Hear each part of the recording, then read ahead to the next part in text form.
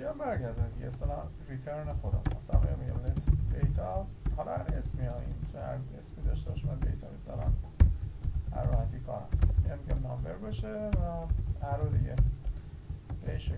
خب اگر مثلا پارامتر فرض کنید نامبر x نامبر y از نامبر و برگرده میگم ریترن x رو به علاوه y کن و برای ما بفرست به این شکل. حالا اینجا میتونید کنسول لایک بگیرید مقدار دیتا رو و 10 و 20 رو بفرستیم و اینجا میتونید اینجا سمی کالم بذارید و یه به این شکل براتون قرار بده. حالا میتونست موارد مختلف باشه، این بهت میشه از string مثلا برگرد بگید this is okay string برمیگردونه و هم میتونه پارامتر ورودی هم نداشته باشه، یا میتونست مثلا first name داشته باشه بشه string و last name داشته باشه بشه string و اینجا شما مثلا first name به علاوه last name رو برگردونید.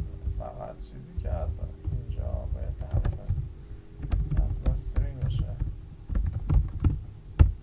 میزنید به این شکل برمیگرده بولیان یا حتی نوارای همه اینا رو میتونید دیگه، حالا چیزایی که گفتم رو تو فیلم های قبل گفتیم من بیان اینجا اجراش بکنم. همین سادگی هیچ فرقی نداره.